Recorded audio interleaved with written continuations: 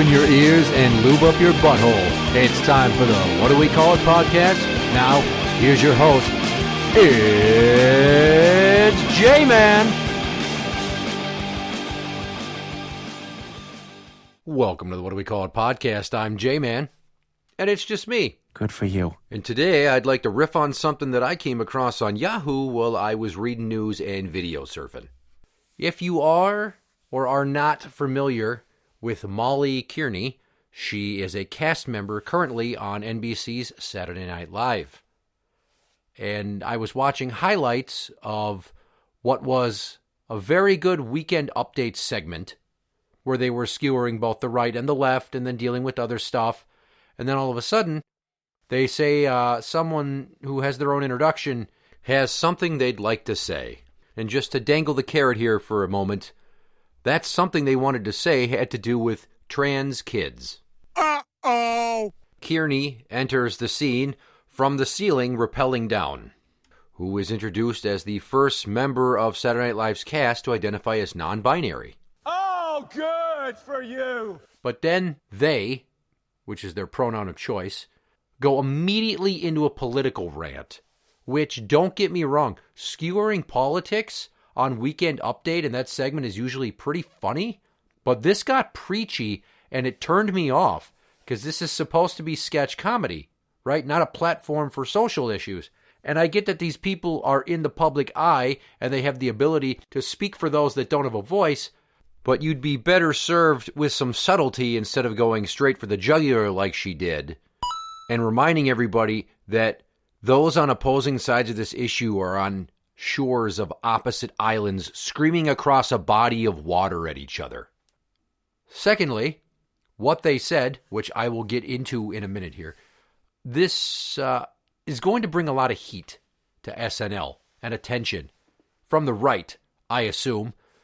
And I'm just kind of gobsmacked that Lorne Michaels, who runs SNL, approved this, knowing that it could bring a lot of negative publicity and possibly cost sponsorships. And I assume he also had to run it past standards and practices at NBC. So I'm shocked and not shocked because, Dave Chappelle has gotten away with saying whatever the hell he wants on that show in his monologues. And other people have made politically charged claims, like recently Woody Harrelson kind of went on a whole anti-vax slant. But you're going to get what you're going to get. Both sides. Fair game, I guess. So once this cast member begins to talk, after being lowered down from the ceiling in a harness, they make a sly remark about how the get-up, the rigging, is getting their groin all bunched up like a Republican lawmaker's. And why am I not shocked that we're hearing pro-left messages on SNL? Because let's be frank, they are more likely to skewer the right to go after Trump and Republicans, which, easy target, they're more likely to go after them than Biden or the uber left, probably for fear of backlash, because honestly, making fun of Republicans and right-wingers is very in vogue right now. It is not very good to make fun of the uber left who see themselves as the moral majority or being the moral high ground, and if you talk shit about what they say, you get nailed to the proverbial cross. And honestly, making fun of Republicans and the right-wingers, it's low-hanging fruit. It's so easy because so many of them are fucking fanatical nutbags about all kinds of anti-woman's issues stuff and religion.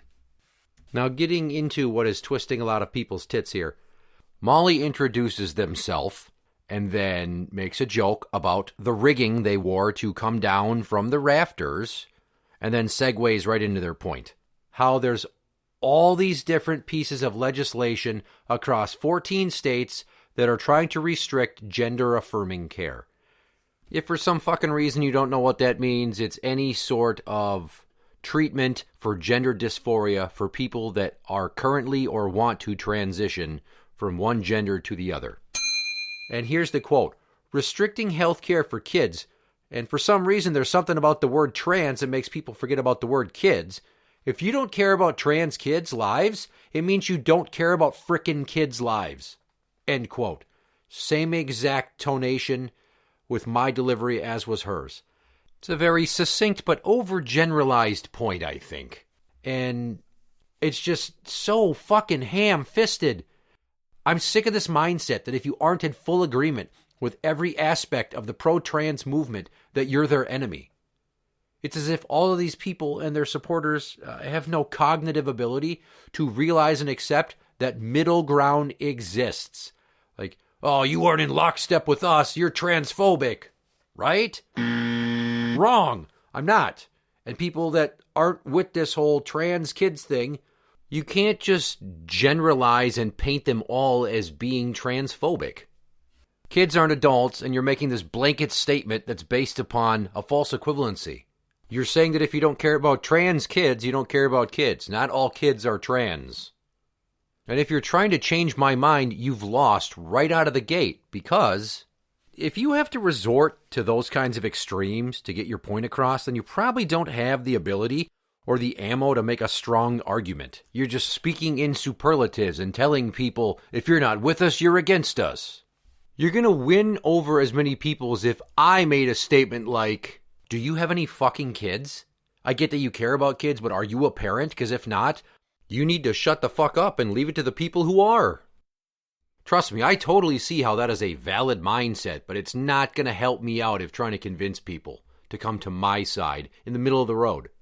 And now here's the crux of what rubbed me the wrong way about this, is it's ignoring one very simple fact. We're talking about underdeveloped minds. We're not talking about fully grown adults. Like, you need to think this issue through so as to not let children change their bodies in irreversible ways and then be left to endure a lifelong shame and regret for changing something they can't undo. There's people out there that try to detransition, or they get partway through the process and they don't want to do it. Case in point, I had a male inmate at the jail I was employed at years ago. Well, this guy decided he wanted to be a girl, and then he started taking hormones, and he grew tits, like fucking tits, man. And then he decided, nah, I'm good. So now he's got tits and a penis. But that's what's an example of what somebody would be left with. Or let's say just, hypothetically, Elliot Page decided, I thought I was being my true self, my authentic self, living my best life, but I miss my tits that I had cut off. Because that's a thing. Or anybody that gets their dick removed that goes, oh, I miss my dick.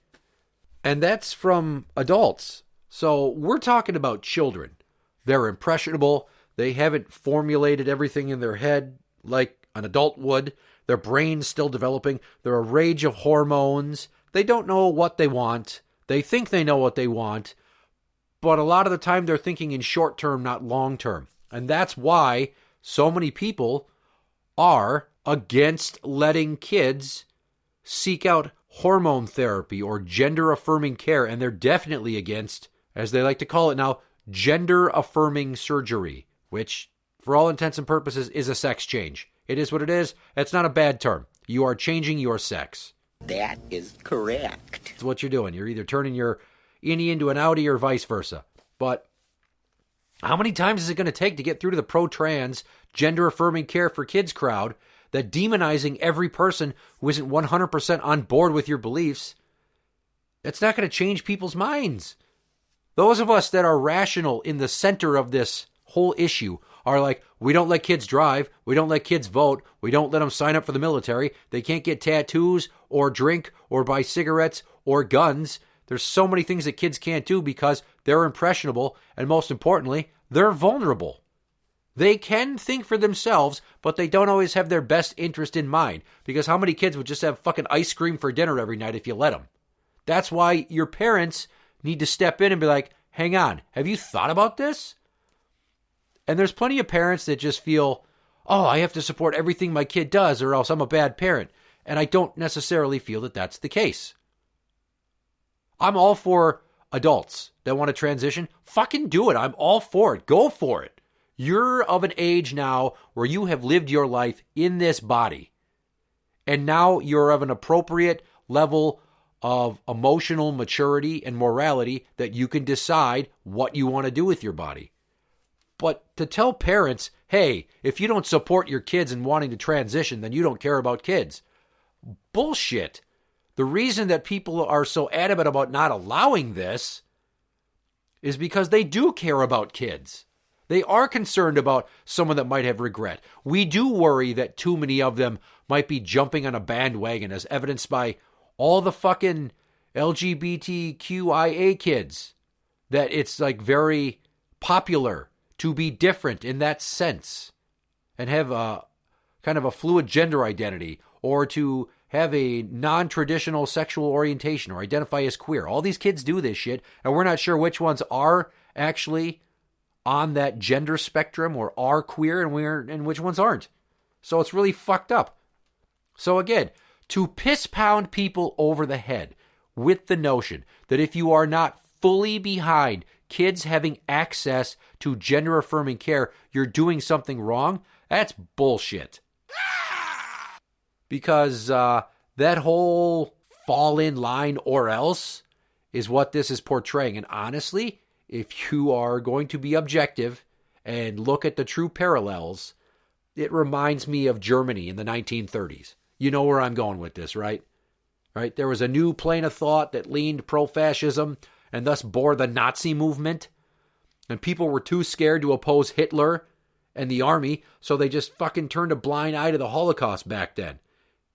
That is what people that are pro-trans for kids to get gender-affirming care seem to be thinking like more often than not. That's what I hear. I don't see in the media a lot of people that are like, well, you know, they're kids. You can't let kids make decisions. It's all, oh, you need to fucking listen to them. What did our own lieutenant governor say in a press conference a few weeks ago? When our children tell us who they are, it is our job as grown-ups to listen and to believe them. Yeah, but you don't got to let them fucking have the keys to the car and drive. You know, they can tell you, but you can sit there and go, well, you're not an adult, so you got to wait. We make them do that shit all the time for so many other important things in life. Tattoos would probably be the most shining example because that's going to be on there for life, they used to say. So you don't get a tattoo till you're adult. But bad tattoos can be removed with lasers or covered up with other tattoos. Changing your gender with surgery is not something that you can just fix. It's not like South Park when Ms. Garrison, who was formerly Mr. Garrison, decided that she was still a male and wanted a penis again. So they grew one on the back of a mouse, and then he had the surgery and magically became a guy again. Because that's fantasy. It's a fucking cartoon. It's not that easy for people that want to detransition after the surgery. You're fucking stuck like that. So again, I will say this till I'm blue in the face. Kids aren't prepared to make those decisions. And we want them to be at least of legal age so their brains developed enough that they've had the experience and the education to know where they might fit in the world. Like, how many hours of behind the wheel do you have to go through before they give you a fucking driver's license? And even before you get that, you have a learner's permit. There are steps in this. Let's not rush it before they've grasped all there is to know. And that whole, well, if you let them transition earlier, you could save their life. Maybe, but it seems like a pretty thin argument because it's so fucking extreme. How many of these kids are like, if you don't let me chop my dick off, or if you don't let me take pills that'll make me more feminine, I'm going to fucking kill myself. Like, how many do that? I can't imagine it's too many. They might say, oh, you don't accept me. A lot of kids went through that shit in the 90s when they were coming out of the closet identifying as gay and lesbian. There weren't too many bi kids that I knew about back then. There was a handful of LGBTQ people in my high school. But I didn't hear any of them. And I went to Catholic school. None of their parents seemed to be like, oh no, how dare you? And there was one girl that did transition and had a sex change after he, air quotes, graduated college. Wasn't a fucking 10, 12, 14, 16-year-old. Because people look at Jazz Jennings as the textbook example of somebody that strikes them as being very mentally ill. Like the whole ride that Jazz went on from start to finish. And now after transitioning, just like that kid's life is, I'm not going to say ruined, but forever changed in ways that you can never come back from because they had the reassignment surgery. And I know that my whole Nazis, Hitler example in itself seems extreme, but remain objective Examine the parallels. You've got a group of people with an idea they're trying to get everybody else on board with. And it's not, let us tell you about how this is beneficial. More often than not, and almost exclusively all the time, it's, well, why don't you believe in this? Don't you care about kids? You need to let kids decide. You need to let them live their lives.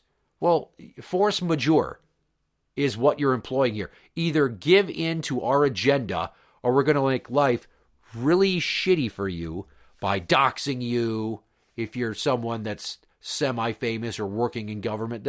They live and die by making people uncomfortable, trying to get them to fall in line. And that is, in and of itself, a fascist tactic. That's why so many people were against Antifa, who were like, oh, well, if you're not anti-racism, you're racist. No, motherfucker.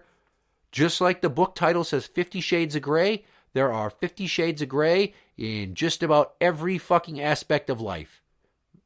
Seldom it's black and white. If we're talking about just like murdering strangers, yeah, that's a pretty black and white issue. Like, don't fucking do it. It's bad. It's morally wrong. It's cruel. How dare you? But not wanting kids to take hormones and change their bodies. Well, their bodies are still developing and their minds are still developing and they haven't found themselves completely and figured out who they are.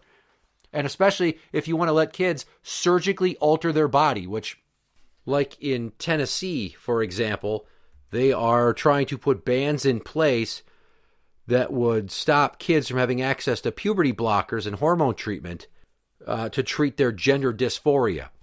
So my understanding is you have to, like in the UK, for example, seek doctors who then treat you and get like a second and possibly third opinion. It's a bunch of hoops to jump through before you can get any sort of gender-affirming care. And the argument is that it should be easy for anyone to get it.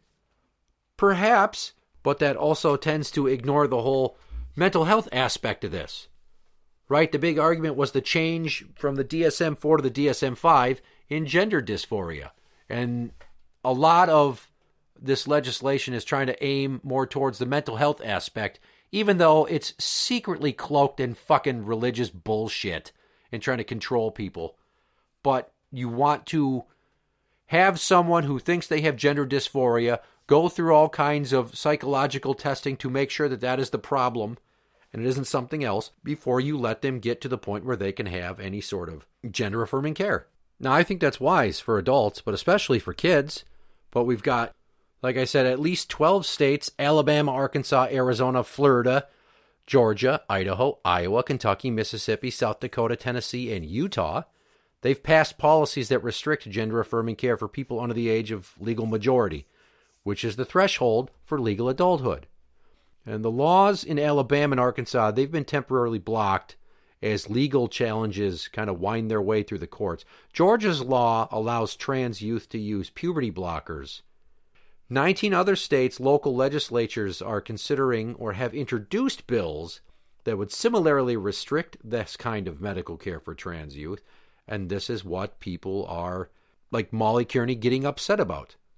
There's critics of these bills saying that the gender-affirming care restrictions are infringing on the rights of families to make their own health decisions.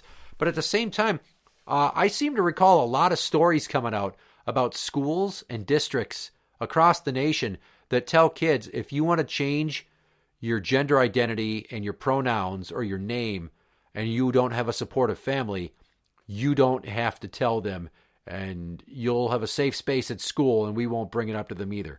Which, again, I've mentioned this many times, don't you dare fucking take away my ability to parent my kids.